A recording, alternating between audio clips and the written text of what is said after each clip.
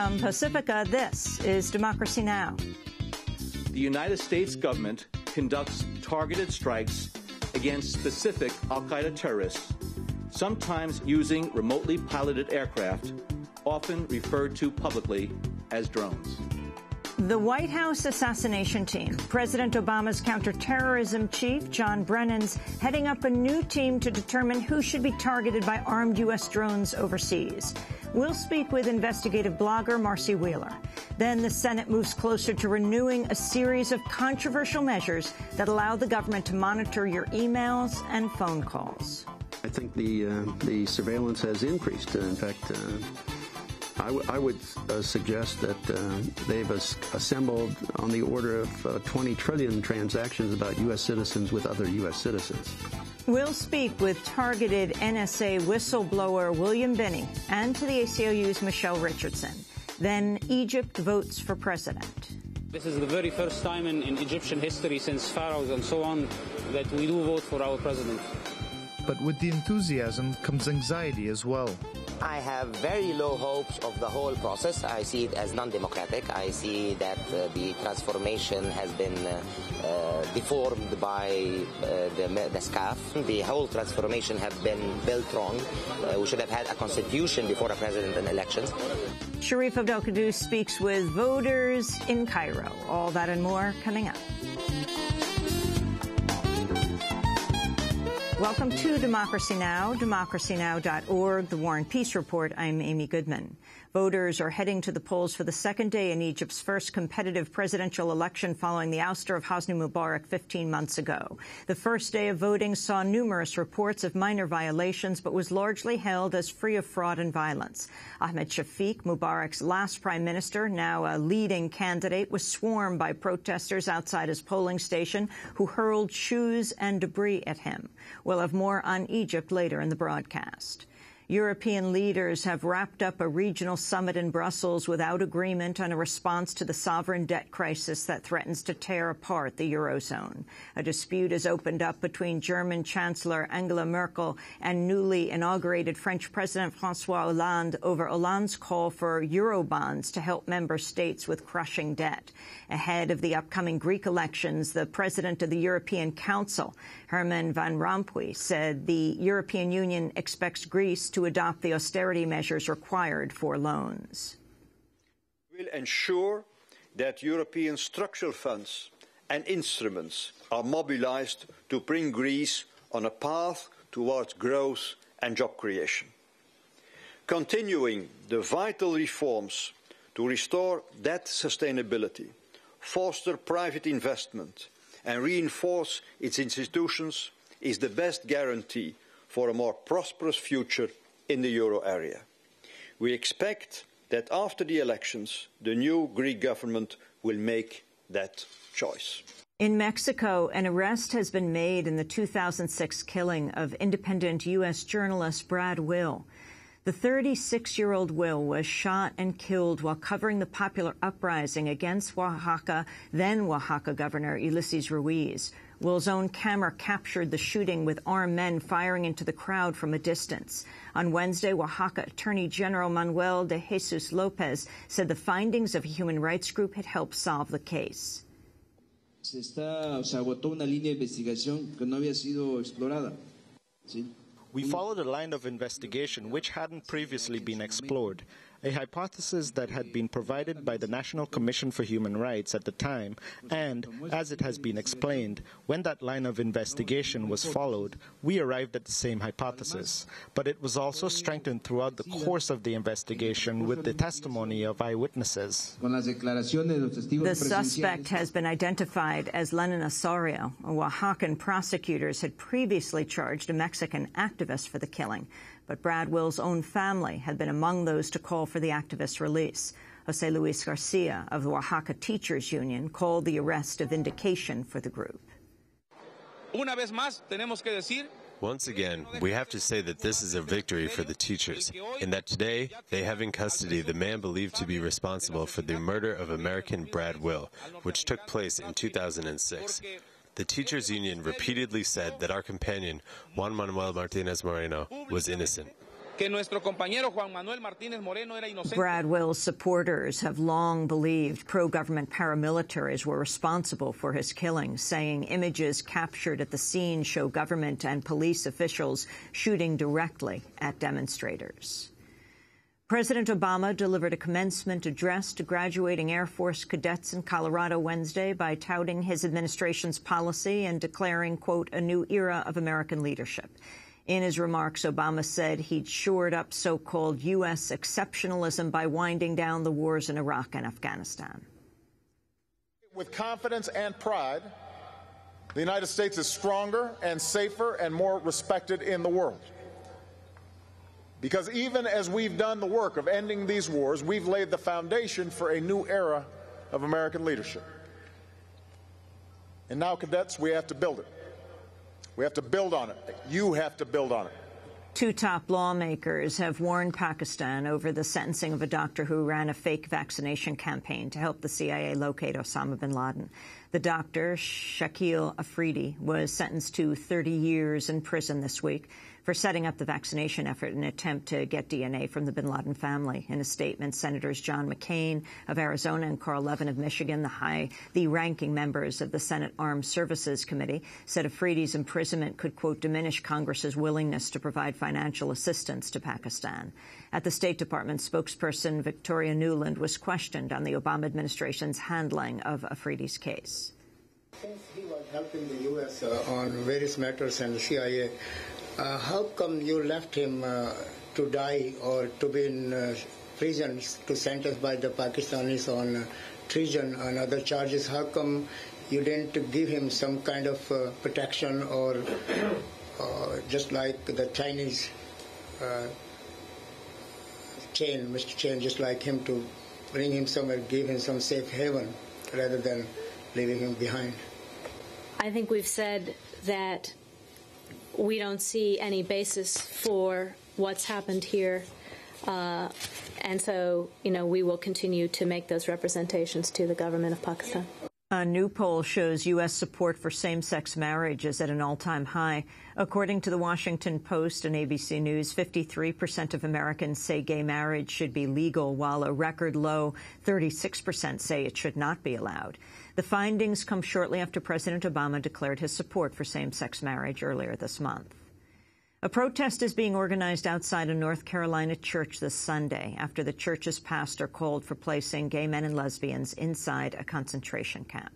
The Reverend Charles Worley made the remarks in a Mother's Day address to the Province Road Baptist Church.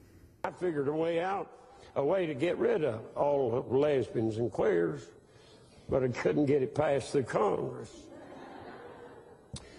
Build a great, big, large fence, 50 or 100 mile long, put all the lesbians in there, fly over and drop some food.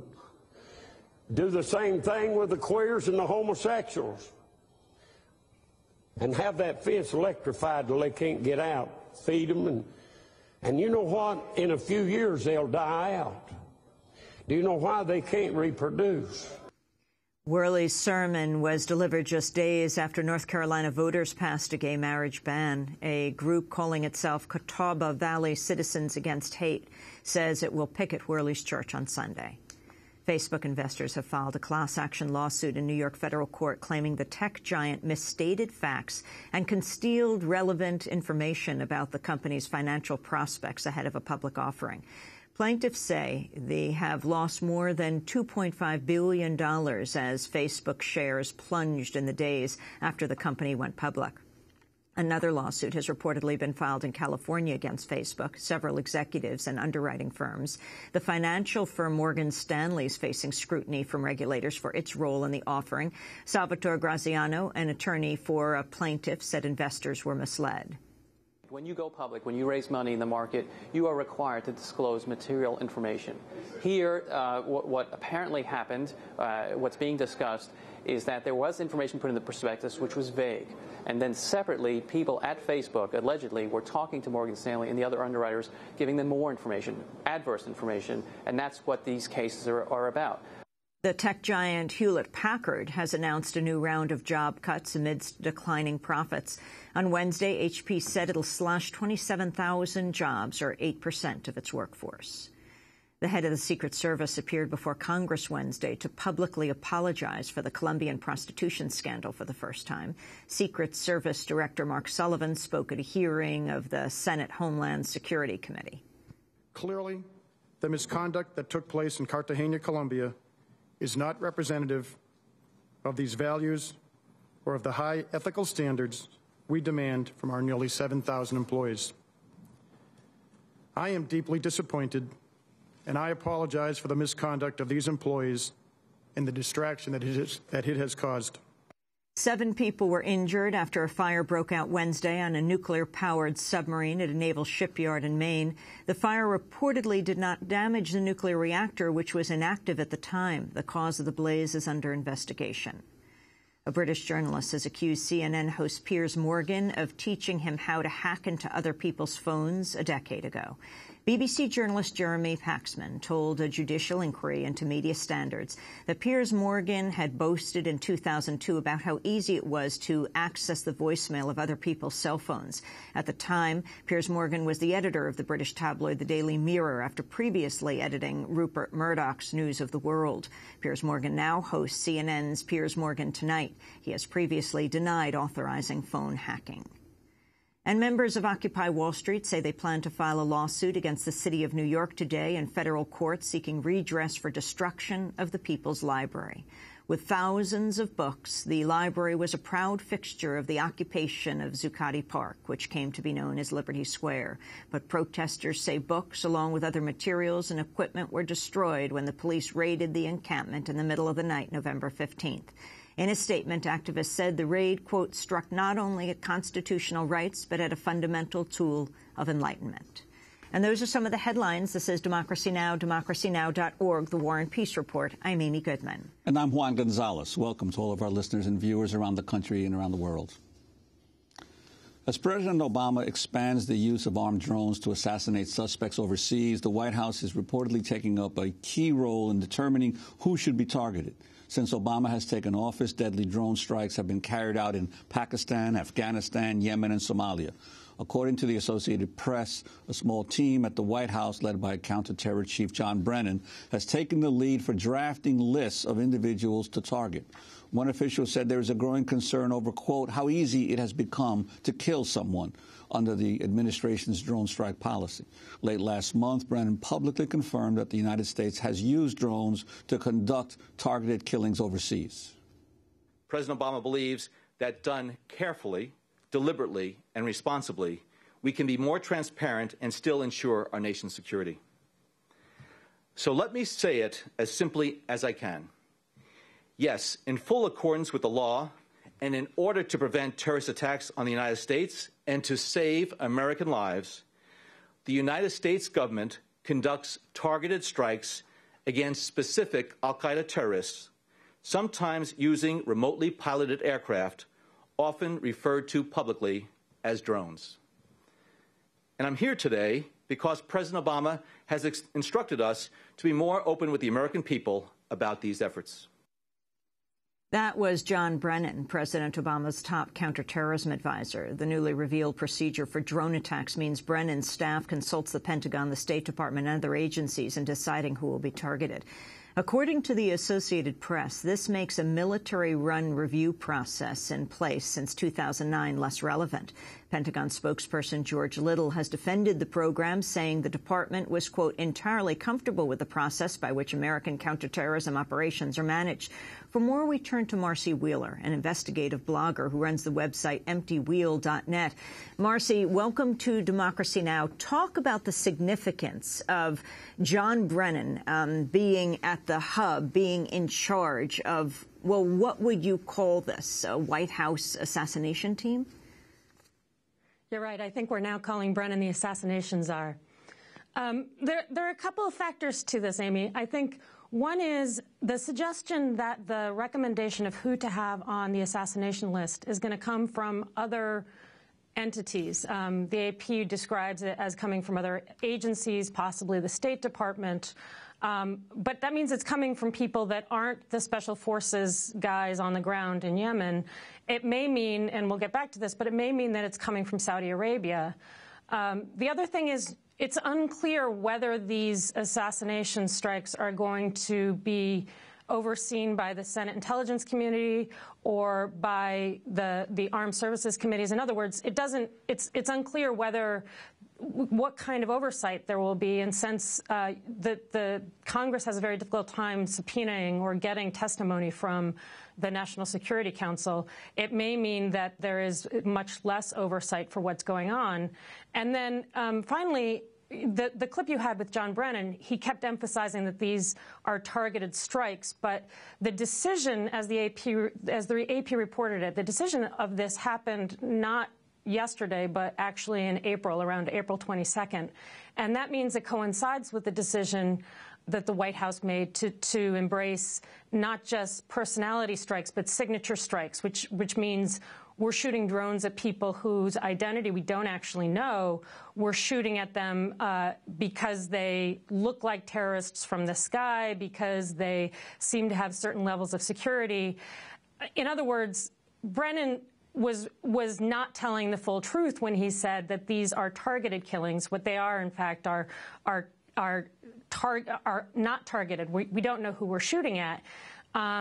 And the fact that that's all brought into the White House all at the same time, I think, really means we've lowered the level at which we're targeting people in Yemen, and probably means it's going to be a lot easier for us to target not al-Qaeda members in Yemen, but insurgents who really aren't trying to target the United States, but are instead fighting the government of Yemen. Marcy Wheeler, you mentioned Saudi Arabia as possibly being involved in helping to identify targets. Now, Brennan used to be a station chief for the CIA in Saudi Arabia and is supposedly close to Saudi intelligence, the intelligence machinery of the Saudi state. Could you talk about Saudi Arabia's role in this, for what we know? Right. Yeah. Well, we don't know, I mean, for sure about the drone strikes, but if you recall, after the Undi bomb plot was revealed a couple weeks ago, and that actually was delivered up to us in this same week where the White House embraced signature strikes, when John Brennan started managing the targeting of these things. So that all happened around April 20th, April 22nd. And remind us of what the Undi bomb plot was. Right. It was a Saudi infiltrator into al-Qaeda in the Arabian Peninsula, and he brought out a similar bomb to the one that Umar Farouk Abdul-Muttalib used in the Christmas Day bombing in Detroit. He was under Saudi, he was being managed by the Saudis the entire time. He was able to bring the bomb out. The FBI has it. They're doing analysis. But that plot was revealed to John Brennan, at least, to the U.S. at least, back in April, probably around April 20th. So this is all happening around the same time. The Saudis, deliver us this alleged terrorist plot, and then around the same time we decide we're going to change the way we're targeting people in Yemen. And at the same time, in the discussions of this Undi bomb plot, there were Saudi sources who were saying, we're the ones who pinpoint, we're the ones who provide the human intelligence on the ground for what you're doing in Yemen. And that's particularly concerning because the Saudis not only have very different interests in Yemen than we do. This is their backyard. They're worried about the instability in the Middle East generally. They have a big push against the Arab Spring. Their installment of the current President Hadi in Yemen is part of that. In addition, they've struck at Houthi rebels in the north of Yemen as recently as 2010. And when they were doing that, they actually asked us, well, if we had drone strikes, our targeting against these Houthi rebels would be more accurate. So they've got far different interests in Yemen than we do, and they're running around saying we're the ones providing human intelligence for the targeting that you guys are doing in Yemen. Well, Marcia, I want to turn to a comment Attorney General Eric Holder made in March when he outlined what the White House billed as the legal rationale for its claimed right to kill U.S. citizens who belong to al-Qaeda or associated forces. It is an unfortunate but undeniable fact that some of the threats that we face come from a small number of United States citizens who have decided to commit violent attacks against their own country from abroad. Based on generations-old legal principles and Supreme Court decisions handed down during World War II, as well as during this current conflict, it's clear that United States citizenship alone does not make such individuals immune from being targeted. Marcy Wheeler, your response. Well, what he was talking about ostensibly was the killing of Anwar al-Awlaki, Anwar al-Awlaki's 16-year-old American citizen son, Abdul Rahman, and also Samir Khan, also an American citizen. So he was trying to say, well, we okay using drone strikes against American citizens if they reach a certain level of being involved with al-Qaeda. Now, Abdul Rahman, the 16-year-old, there's no evidence that he had any active, I mean, he was a 16-year-old kid playing soccer like everybody else.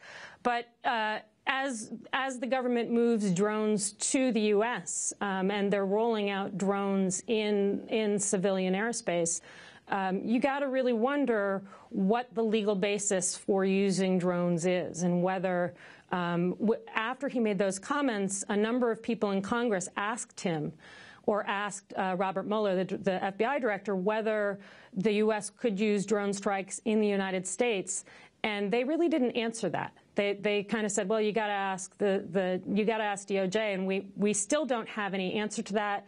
Ron Wyden, the senator from Oregon, has said he doesn't know, and he's actually on the Intelligence Committee. So we don't know even whether the government claims they could use drones against American citizens in the United States. Marcy Wheeler, the people you're all talking about were killed by drone strikes in Yemen, the poorest country in the Arab world, despite receiving over $300 million in military and security aid from the United States over the last 5 years. Much of that money has gone into an aggressive and controversial counterterrorism campaign rather than programs of humanitarian relief. We recently spoke to Democracy Now! Correspondent Jeremy Scahill, who had just returned from Yemen. He said U.S. counterterrorism operations have ignited an Islamist uprising in the country. The Obama administration began an air war in Yemen. Sometimes the strikes hit the people that were the intended targets, but oftentimes civilians were killed.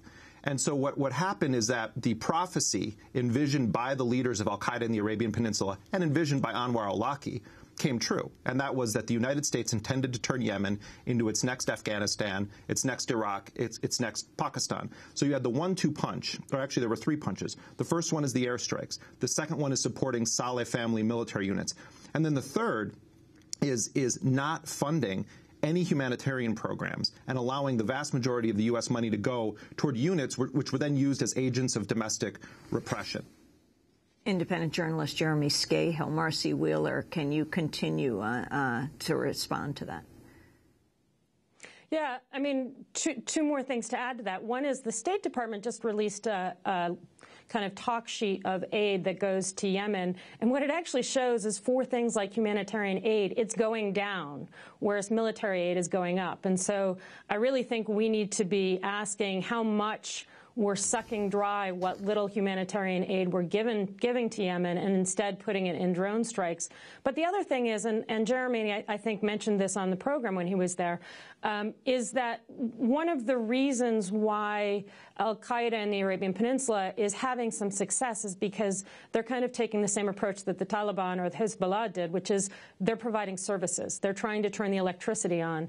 And if we're bombing them and al-Qaeda in the Arabian Peninsula is turning on the electricity, we're going to have a really hard time winning that battle for hearts and minds, because we're not providing the really basic things that people need. And instead, since this new drone targeting procedure rolled out on the 15th, I think, we've already killed a number of civilians. So, you know, we're still killing civilians at the same time as al-Qaeda in the Arabian Peninsula is trying to turn the electricity on. Marcy, John Brennan spoke late last month at the Woodrow Wilson Center for International Center for Scholars, and he was disrupted by Medea Benjamin of Code Pink. Let's go to a clip of that incident. Over the years, Well, how many people are you willing to sacrifice? Why are you lying to the American people and not saying how many innocents have been killed? I speak Thank you, ma'am, for expressing your views. There will be time for questions and answers after the presentation. In Pakistan, who is killed because he wanted to document the drone strikes. I speak out on behalf of Abdul Rahman al-Awaki, 16-year-old born in Denver, killed in Yemen just because his father was someone we don't like. I speak out on behalf of the Constitution, on behalf of the rule of law. I love the rule of law. I love my country. You are making us less safe by killing so many innocent people. For our radio listeners, as Medea Benjamin was speaking for those last 30 seconds, she was being actually dragged and lifted up in the air by a security guard and removed from the offices of the Woodrow Wilson Center, from the auditorium. Marcy, your response, and also could you talk a little bit about Brennan's role prior to becoming counterterrorism chief? Under the Bush administration, he had been in the CIA, been a supporter of enhanced interrogation techniques. Right. The Medea Benjamin's interruption, right after she was pulled away, John Brennan picked up his speech again. And if I recall, it was something like, oh, and al-Qaeda keeps killing other people. And it was this wonderful contrast because she had just listed all these people that we've killed, including citizens. And Brennan just kept going, suggesting that it was al-Qaeda who was killing citizens after she had just made it clear that that's not all that was going on. Brennan, yeah, right. And indeed, he was at the CIA until, I want to say, 2004, 2005, when he was a contractor after that. In addition to being a supporter of enhanced interrogation, he also was involved in the targeting for Cheney's illegal wiretapping program. So he's got a lot of complicity with some of the things that were done in the Bush administration. And as you already pointed out, he was the Riyadh station chief going back into the 90s. So he's got ties to the CIA in the region going back some time and to a lot of the illegal things that were started under the Bush administration. And as Glenn Greenwald has pointed out, Brennan's support of enhanced interrogation techniques forced him to withdraw from consideration as President Obama's CIA director because of the controversy that swirled around that. And so one of the things we've got now is that had he been CIA director, he would have been running these targeted strikes or these not targeted strikes with oversight from Congress. But now that he's running the Yemen war from inside the NSC, it's not entirely clear whether he'll have any oversight. Same guy running the war as we otherwise would have had, except that it's buried in the White House, so it's going to be less accessible to oversight. Marcy Wheeler, we're going to thank you for being with us, investigative blogger who runs EmptyWheel.net, speaking to us from Chicago. This is Democracy Now! Back in a minute.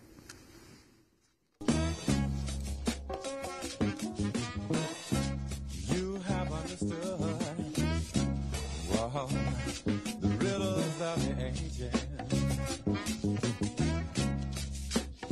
Yes, and you have understood the universal mind. You have placed your footprints on the everlasting sands of time. Yeah, so tell me why can't you understand that there ain't no such thing as a Superman? There ain't no such thing as a Superman.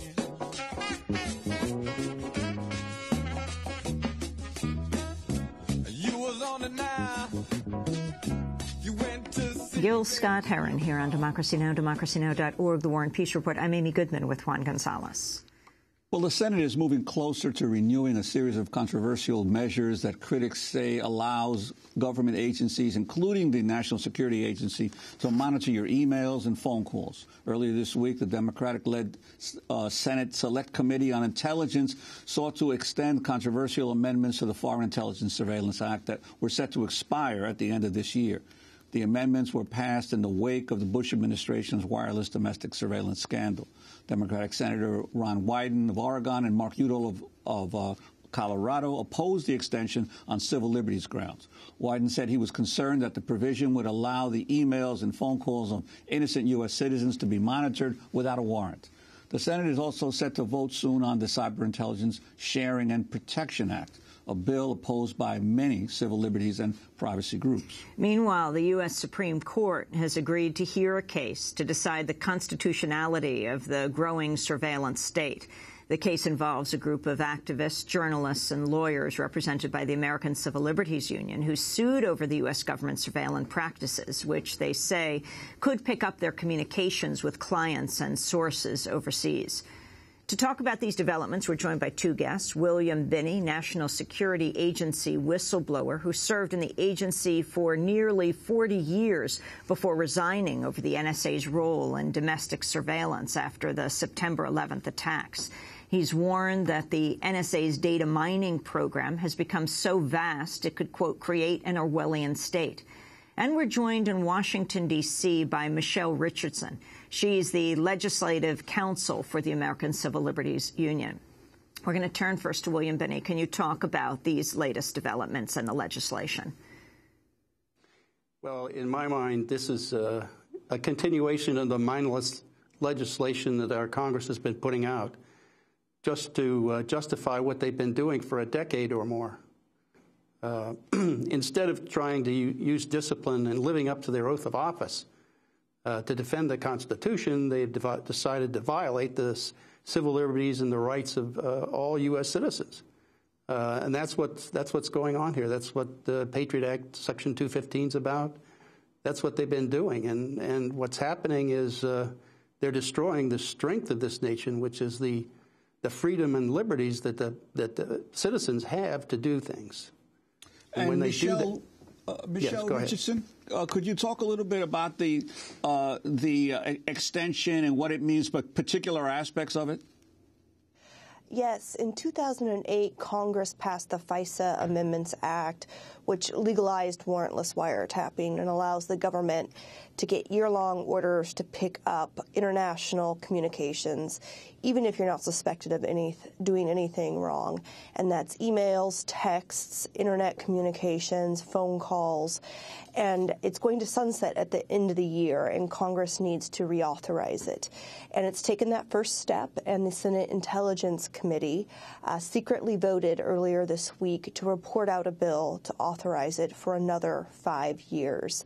That text is not available, but we understand that they're not going to insert privacy protections, and they are not planning on holding any public oversight hearings or calling the administration to testify publicly to better explain how this current program is affecting Americans. And when you say the text is not available, will it ever be available, or are you saying that they are recommending a bill that the public will never be able to see? It will eventually become available, and most likely they will just switch out the words 2012 for 2017. And what we're asking is that they slow down this process and start first with the question, what type of information are they picking up? How many Americans are being affected? What is the government doing with it? And then they can decide how to build in protections into this warrantless wiretapping protection that would better protect Americans' Fourth Amendment rights.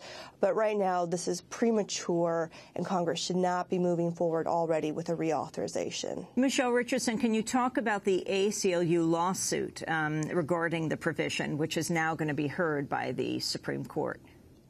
Yes, the day that George Bush signed this bill into law, the ACLU sued and challenged the constitutionality of the law.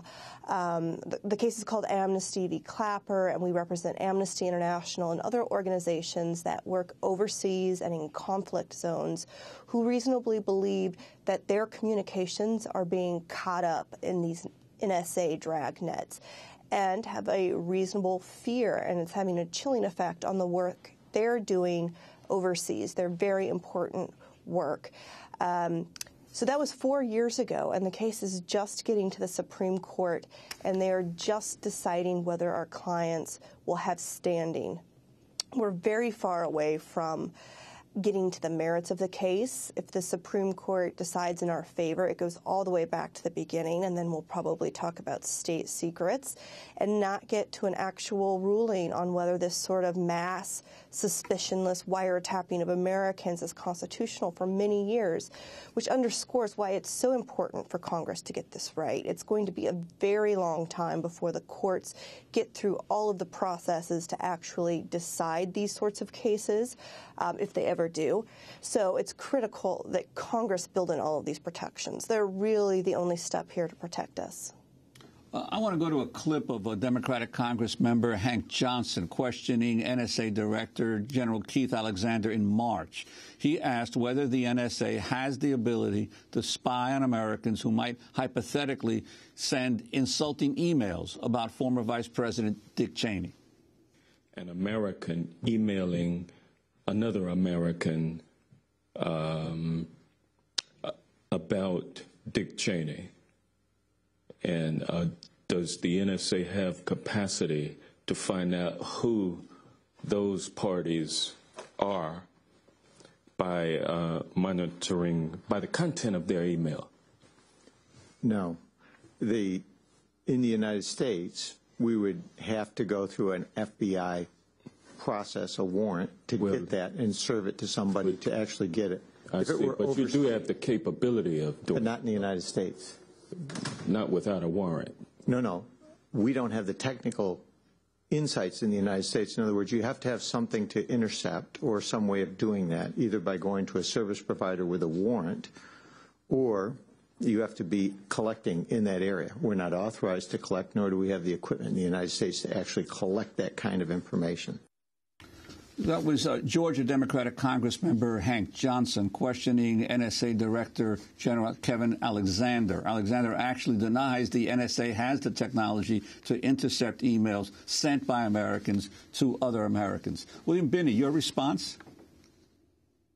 That really flies in the face of that NSA room in the AT&T building in San Francisco that's hooked up to the wires where the optical fiber is inside the United States. With that NERIS device, that right there is capability to collect inside this country.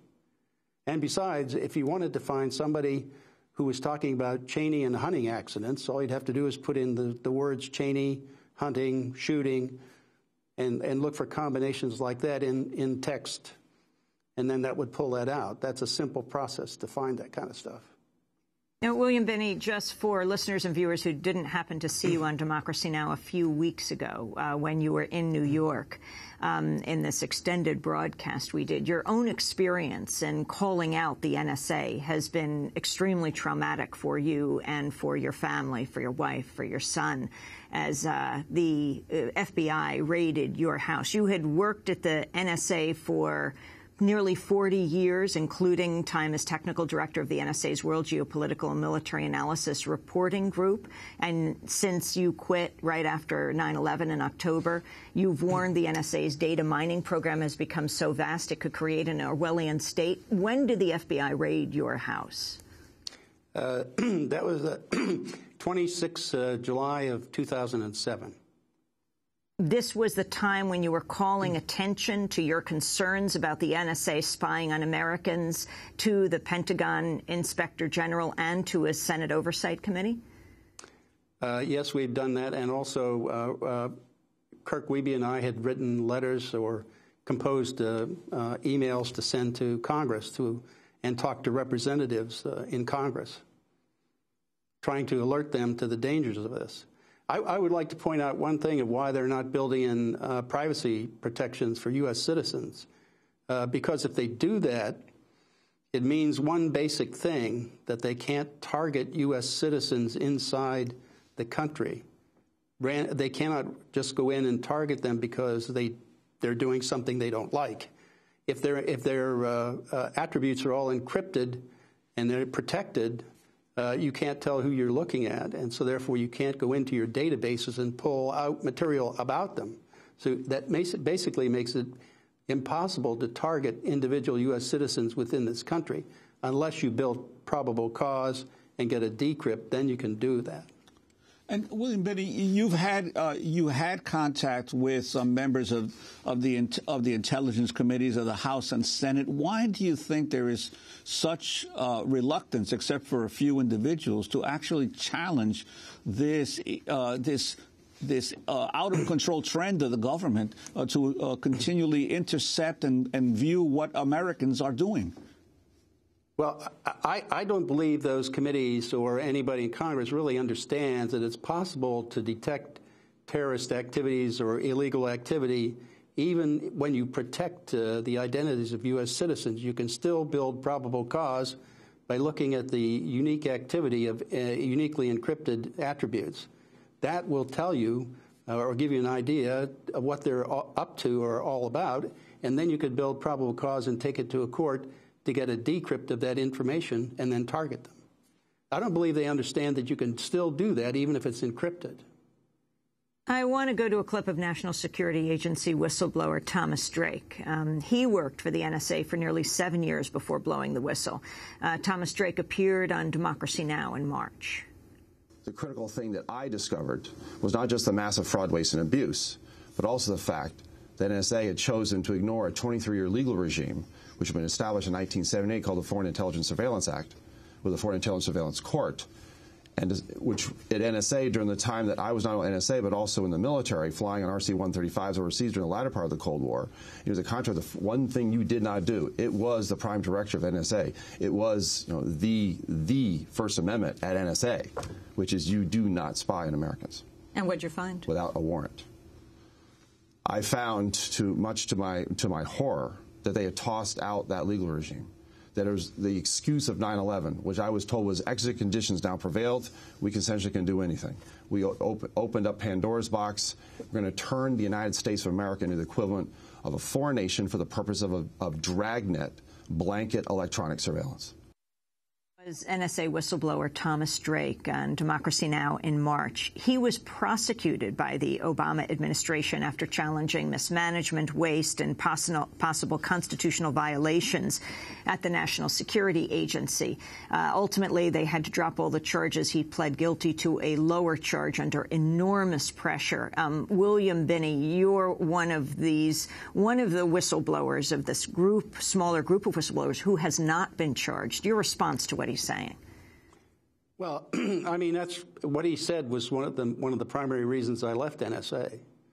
I mean, we were collecting data on virtually every U.S. citizen in the country, and so I couldn't participate in that. I couldn't be an accessory to subversion of the Constitution and subverting the constitutional rights of every U.S. citizen.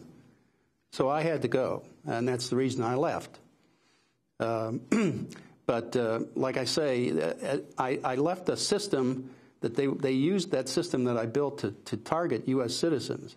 But when I left it there, I had built in protections, but it meant that for them, they could not use my system that way and target U.S. citizens, so they had to remove the protections to make that possible. Well, that's why I say Congress needs to build in those protections. If they do, then they cannot just randomly target any U.S. citizen they want. Well, one of the leading critics of the growing surveillance state has been Oregon Democratic Senator Ron Wyden. In May of last year, he accused the Obama administration of relying on a secret law to expand domestic surveillance. He's now opposing the renewal of the FISA amendments and the Cyber Information Sharing and Protection Act. On Monday, he explained his opposition to CISPA. As an attempt to protect our networks from real cyber threats, CISPA is an example of what not to do. CISPA repeals important provisions of existing electronic surveillance law that have been on the books for years without instituting corresponding privacy, confidentiality, and civil liberties safeguards. It creates uncertainty in place of trust. It erodes statutory and constitutional civil rights protections, and it creates a surveillance regime in place of a targeted, nimble cybersecurity program that is needed to truly protect our nation. Michelle Richardson, Legislative Counsel for the ACLU, your response on the issue of CISPA. Well, Senator Wyden is right. CISPA is an absolute privacy disaster. We were very disappointed that it passed through the House a few weeks ago, but we were very heartened that so many people voted no. 168 people voted no, including 28 Republicans.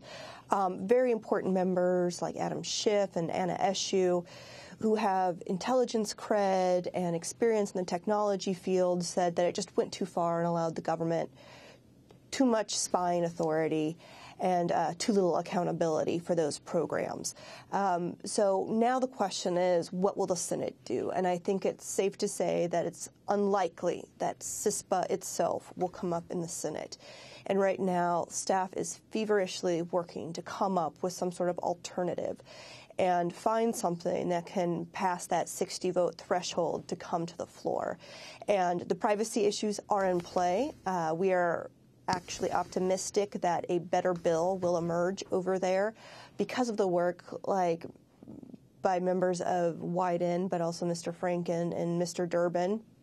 And hopefully we'll keep moving in the right direction on cybersecurity.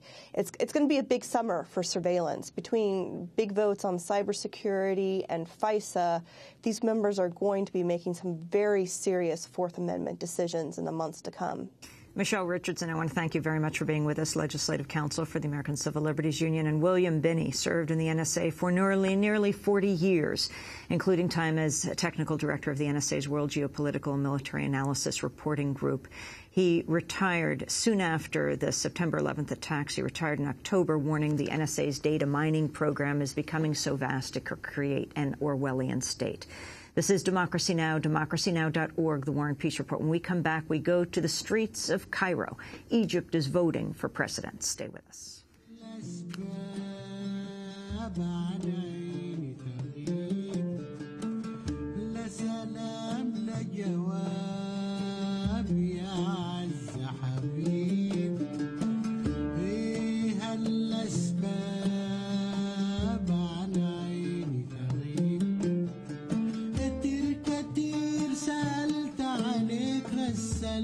وجيت علشان الاقيك كتير سألت عليك رسلت وجيت علشان الاقيك يا الشاغل بالي سهر الليالي والشوق يا غالي هم دليل حبي وفايدي Naslam by Hamza al-Din, here on Democracy Now!, democracynow.org, The War and Peace Report. I'm Amy Goodman with Juan Gonzalez. We end today's show in Egypt, where voters are heading to the polls for the second day in the country's first competitive presidential election following the ouster of Hosni Mubarak 15 months ago. Authorities have declared today a public holiday to allow public sector workers to vote. Results are expected within the next few days. If no candidate wins above 50% of the vote, a runoff between the top two contenders is scheduled for June 16th. Democracy Now! Correspondent Sharif Abdel-Qaddous spent yesterday traveling to polling stations around Cairo, speaking to voters about their choices for president and their concerns in the election. He filed this report. Election day in Egypt. Millions of voters head to the polls in the country's first ever competitive presidential race.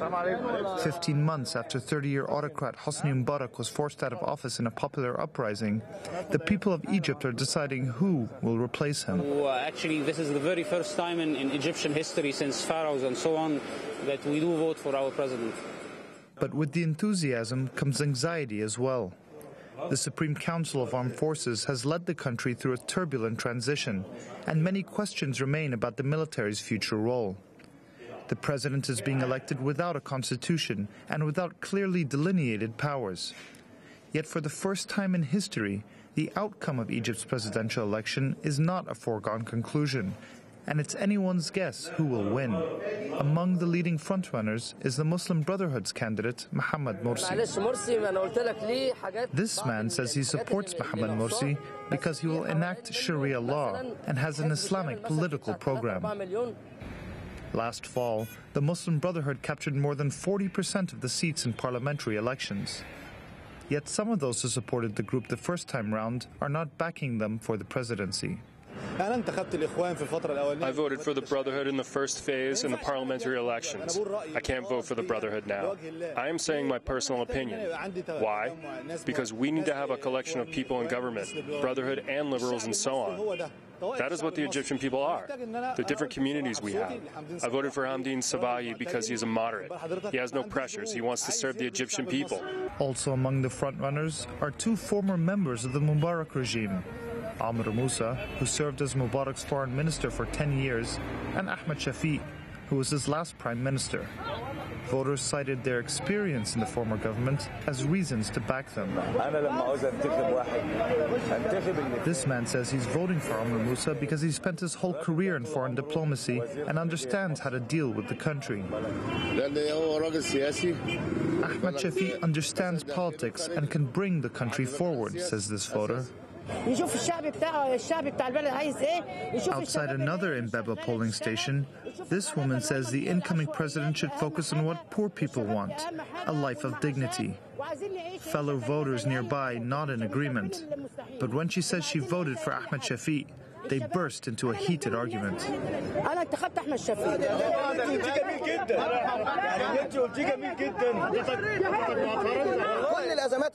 All of the crisis, the woman said, I agreed with, except for Ahmad Shafiq. He is a part of the former regime. Ahmad Shafiq is Mubarak, and Mubarak is Ahmad Shafiq.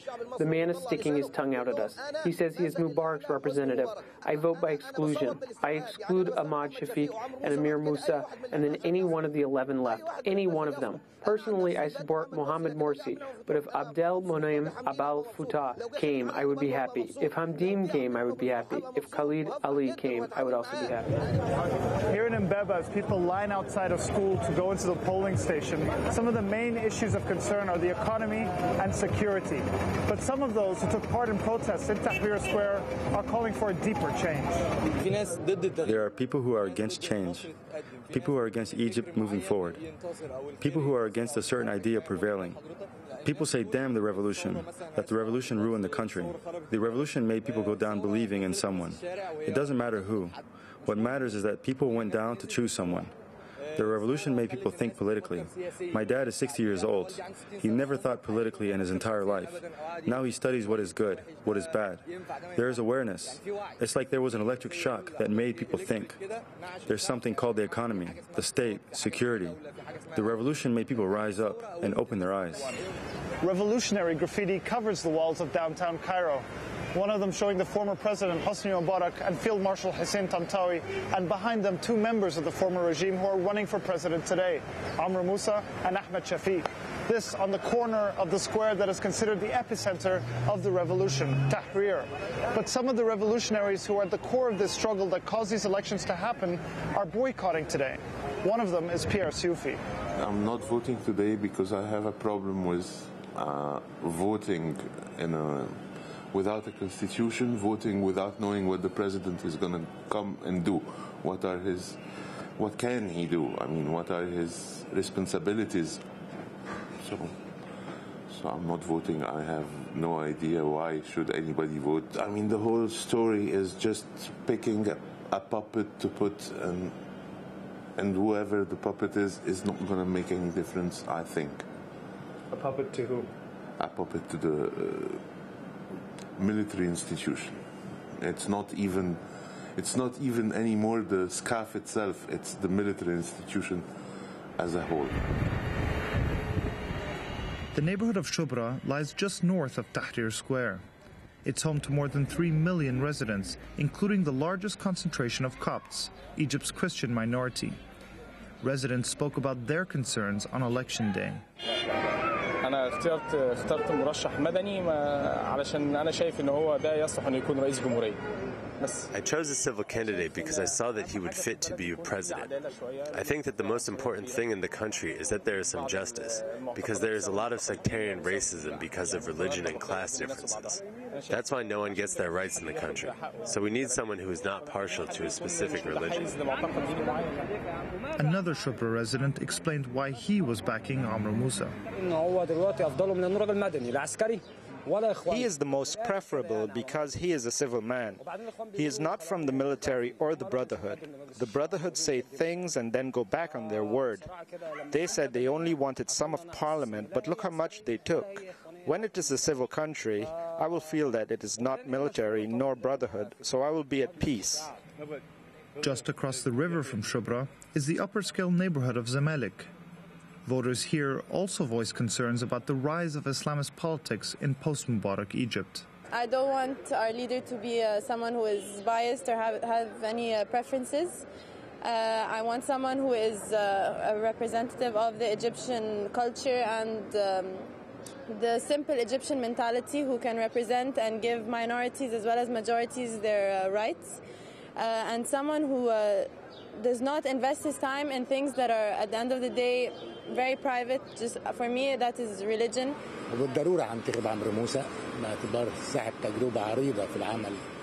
It is necessary I vote for Amr Moussa because he has long experience in international, regional, and Arab diplomacy.